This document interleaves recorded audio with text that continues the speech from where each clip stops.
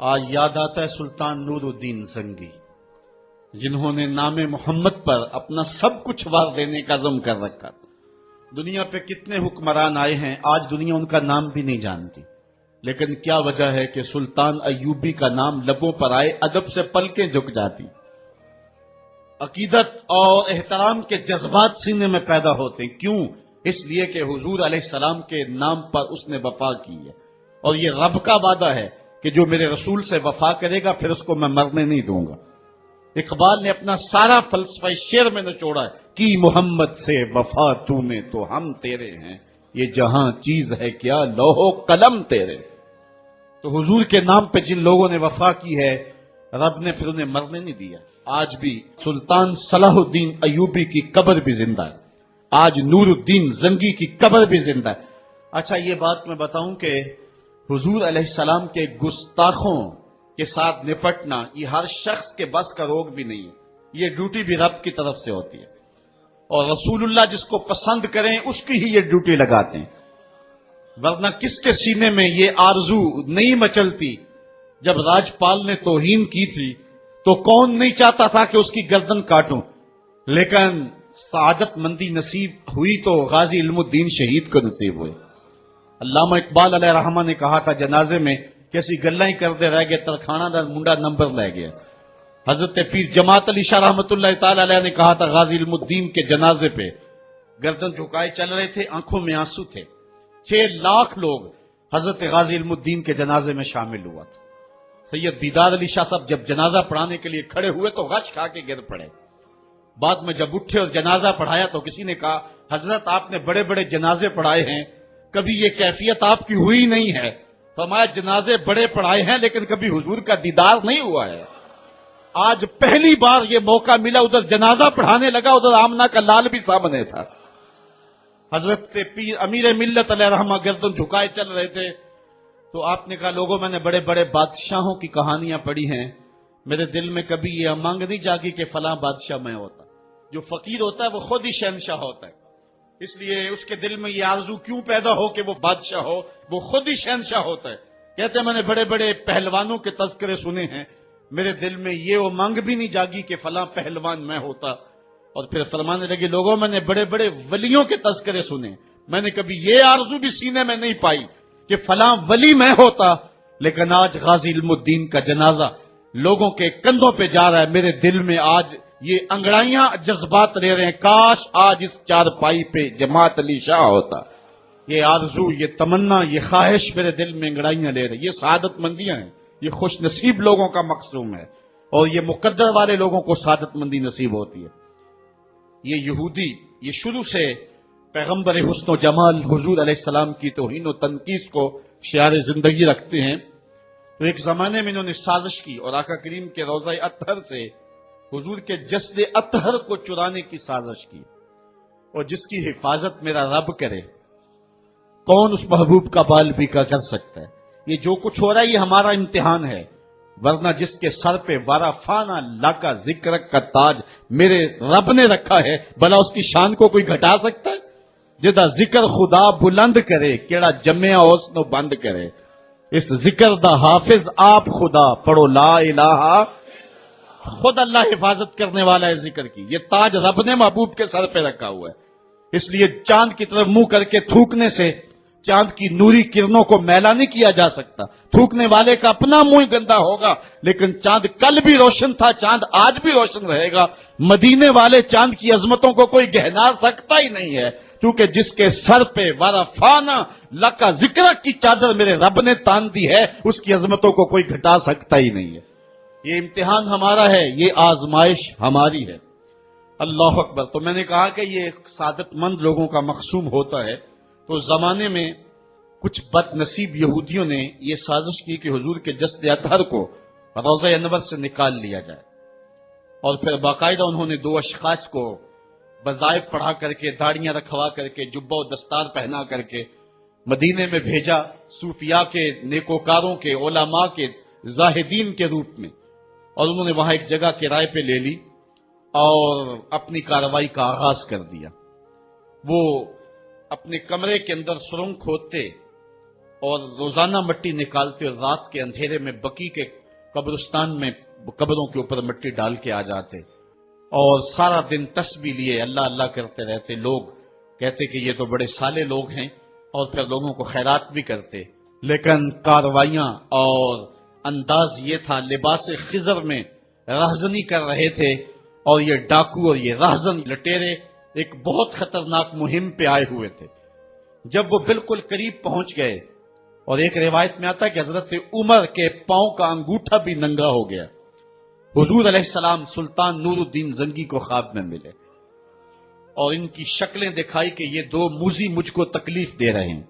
تو سلطان فوراً اٹھا اور کہا مدینے میں کوئی غیر معمولی واقعہ ظہور پذیر ہوا ہے، اور اس نے جلدی سے کچھ سواروں کو اپنے ساتھ لیا اور کچھ خزانہ ساتھ لیا اور فوجوں کو حکم دیا کہ وہ تیار ہو کر کے جلدی میرے پیچھے آئیں. مدینے میں پہنچ کر کے اس نے دعوت عام کر دی اور لوگوں کو کہا کہ آؤ میرے دسترخوان نعمت سے کھاؤ، اور لوگوں کو خیرات کرنے لگا. سارا مدینہ اس کے پاس آیا، لیکن جو شکلیں اس نے دیکھی تھی اس کو وہ نظر نہ آئی. وہ بار بار پوچھتا تھا کوئی رہ تو نہیں گیا. لوگوں نے کہا کہ نہیں، سارے جو ہیں وہ آپ سے خیرات لے گئے ہیں. ہاں، دو شخص ایسے ہیں کہ جو بہت بڑے سخی ہیں، ان کو تو ضرورت ہی نہیں آپ کی دہلیز پہ آنے کی. بادشاہ نے کہا مجھے دکھاؤ وہ کون ہے. بادشاہ کو شک گزرا یہ وہی تھے. جب سامنے آئے تو بادشاہ نے فوراً پہچان لیا. کہا کہ میں تمہارے ڈیرے پہ جہاں تم رہتے ہو وہاں جانا چاہتا ہوں. بادشاہ تفتیش کرنا چاہتا تھا. جب دیکھا تو تسبیحیں لٹکی ہیں، مسلح بچھے ہوئے، قالین بچھے ہوئے ہیں. تو بادشاہ مسلح اٹھایا، قالین اٹھایا تو نیچے پھٹا تھا. جب پھٹا اٹھایا تو نیچے سرنگ تھی. پھر بادشاہ نے ان کو جانوروں کے پیچھے بندھوا کر کے چروا دیا. اور میں نے تاریخ میں پڑھا سلطان نور الدین زنگی مدینے کی گلیوں میں پھر اس کے بعد روتا پھرتا تھا اور اس کی آنکھوں میں آنسو تھے اور کہتا تھا یا رسول اللہ تمہاری مہربانی کہ یہ ڈیوٹی میرے ذمہ لگائی ہے، ورنہ کائنات بھری پڑی تھی. یہ سعادت مندی میرا مقدر کہ اس نوکری کے لیے مجھے منتخب کیا ہے. اور پھر اس نے روضہ رسول کے ارد گرد جو ہے جہاں تک پانی آتا ہے وہاں تک جو ہے اس نے جو ہے زمین کھدوائی اور سیسا پگھلا کے اس کے اندر ڈال دیا کہ دوبارہ قیامت تک کوئی موذی اس کی جرأت نہ کر سکے. تو روضہ رسول کے ارد گرد وہ سیسا پلائی ہوئی دیوار ہے جس کو کھودا نہیں جا سکتا. یہ سلطان نور الدین زنگی کی زندگی کا یہ انوکھا باب ہے. آئیے اب سلطان صلاح الدین ایوبی کی کہانی بھی سنتے. یہ اسلام کا مجاہد اعظم، یہ حلال اور صلیب کی جنگوں کا ہیرو، اور جس پہ امت اسلامیہ کو آج بھی ناز ہے اور آج صدیاں گزرنے کے بعد یہ سینوں میں دل کی طرح دھڑکتا ہے. سلطان ایوبی کا نام آج بھی دلوں پہ نقش ہے اور اس کا نام سن کے مردہ جانوں کے اندر بھی زندگی کی حرارت پیدا ہو جاتی ہے. اس کے زمانے میں ریجینالڈ بدبخت ایک انگلستان کے شہزادے نے حاجیوں کے ایک قافلے کو روک لیا اور ان کا سامان لوٹ لیا. انہوں نے کہا ہم حج پہ جا رہے ہیں، تو نے ہمارا سامان لوٹ لیا، ہمیں جانے دے. تو اس نے دریدہ دہنی کرتے ہوئے کہا بلاؤ اپنے نبی محمد کو جو تمہاری جان چھڑائے. بس سلطان صلاح الدین ایوبی تک یہ بات پہنچی تو میں نے تاریخ میں پڑھا کہ وہ دانت پیستا تھا، اس کی آنکھوں میں خون اتر آیا اور اس میں کھڑے کھڑے قسم کھائی کہ جب تک اس ظالم کو کیفر کردار تک نہیں پہنچاؤں گا چین کی نیند نہیں سوؤں گا. پھر پونے 2 سال کا عرصہ آپ سلطان صلاح الدین ایوبی کی زندگی دیکھ کے جنگی مہموں کو ترتیب دیتا رہا. دن رات اس نے ایک کر دی، نیند قریب نہ آنے دی. جب نیند بہت زیادہ تنگ کر دی تو پھر وہ خیمے کی چوب کے ساتھ ٹیک لگا کے کھڑے ہو کر کے اپنی آنکھوں کی آگ بجھا لیتا. اور پونے 2 سال کا عرصہ اس نے چارپائی پہ لیٹ کے نہیں دیکھا. پھر وہ لمحے آئے کہ اللہ نے اس کی مراد پوری کی. انگلستان کے شہزادے لائن میں کھڑے تھے. اس نے شاہ گاما کو اپنی کرسی دی اور ساتھ کہا ہم جس کو کرسی دیتے اسے امان دیتے ہیں.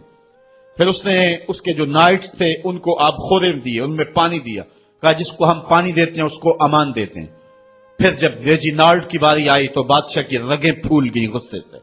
اس نے تلوار نہم سے باہر نکالی اور اس کی چھاتی پہ چڑھ کے اس کی گردن پہ تلوار رکھ کے اس کے ٹکڑے کرتے ہوئے کہا او کتے، تم نے کہا تھا بلاؤ اپنے نبی محمد کو، محمد عربی نے اپنا نوکر بھیج دیا ہے. اور اس طرح اس ریجینالڈ کتے کے 2 ٹکڑے کر کے رکھ دیے. یہ ہماری تاریخ ہے، یہ اور روشن تاریخ ہے. ہمارے اسلاف، ہمارے بزرگ، اس دور کے شہنشاہ، اس دور کے بادشاہ اتنی جرأت اور اتنی عظیمت رکھا کرتے تھے. اور آج ہماری کمزوریاں نے دشمنوں کو دلیر کر دیے.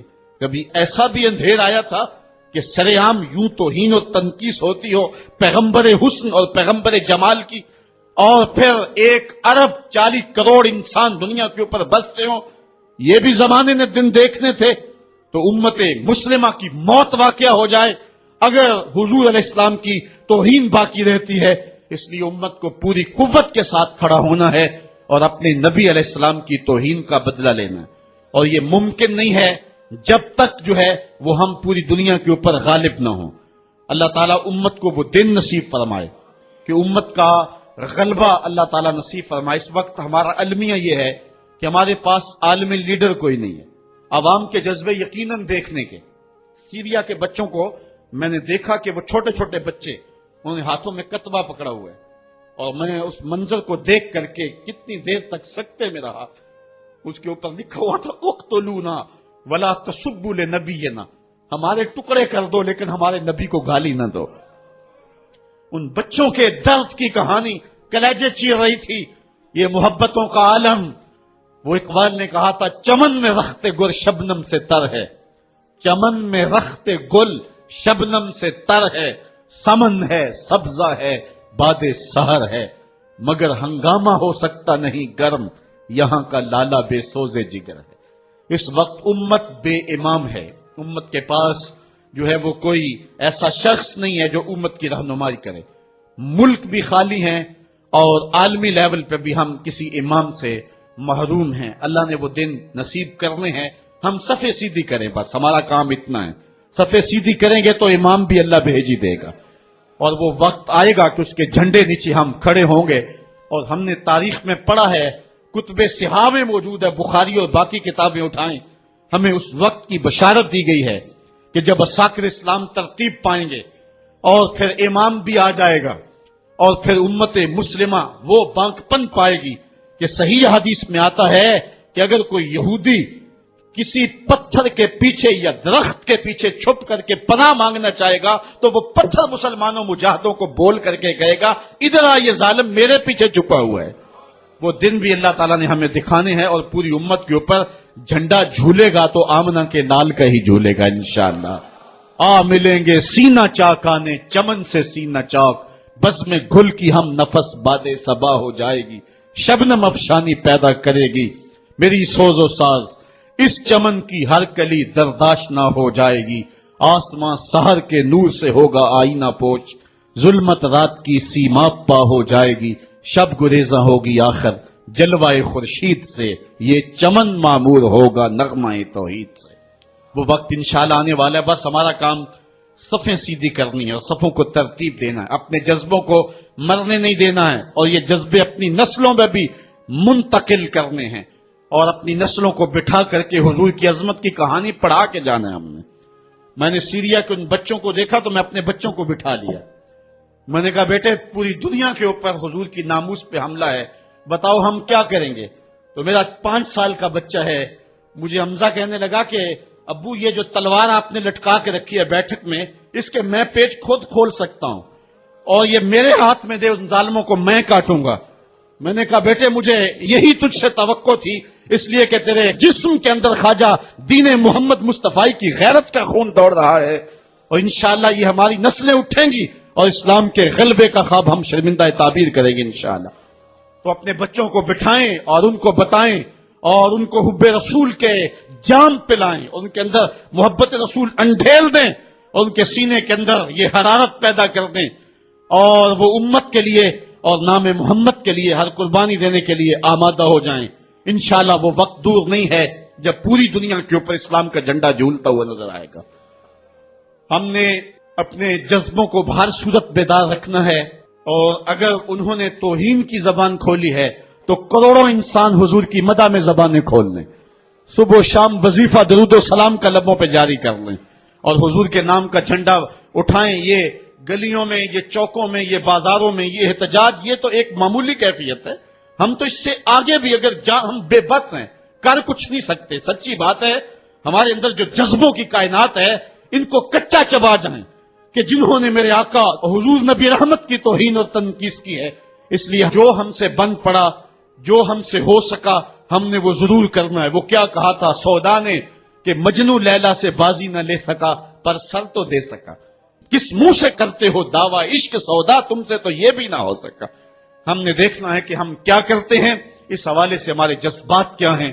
مجھے یاد آئی آج عمارہ، سارا دن آج عمارہ کی کہانیاں میرے ذہن میں گردش کرتی رہی۔ عمارہ غزوہ احد کی نامور مجاہدہ ہیں کہ جب بھگدڑ مچی اور کچھ تو خون ہونے لگا اور عجیب کیفیت بن گئی، تو اس وقت حضرت عمارہ خاتون ہیں جو اس جنگ میں ساتھ آئی تھی، کس کام کے لیے آئی تھی کہ کوئی زخمیوں کی مرہم پٹی کروں گی، لیکن جب دیکھا کہ حضور تنہا ہے اور تیروں کی برسات ہو رہی ہے، عمارہ تلوار لے کے میدان میں آ گئی، اور حضور نبی رحمت نے فرمایا کہ میں جدھر دیکھتا تھا مجھے عمارہ ہی نظر آتی تھی۔ اگر ادھر سے حملہ ہوتا آگے عمارہ کھڑی ہوتی، اگر ادھر سے حملہ ہوتا تو عمارہ کھڑی ہوتی۔ میں کہتا عمارہ تیرے نام پہ میری نسلیں قربان، جس نے محمد عربی کی آبرو کا پہرا دیا۔ اللہ اکبر۔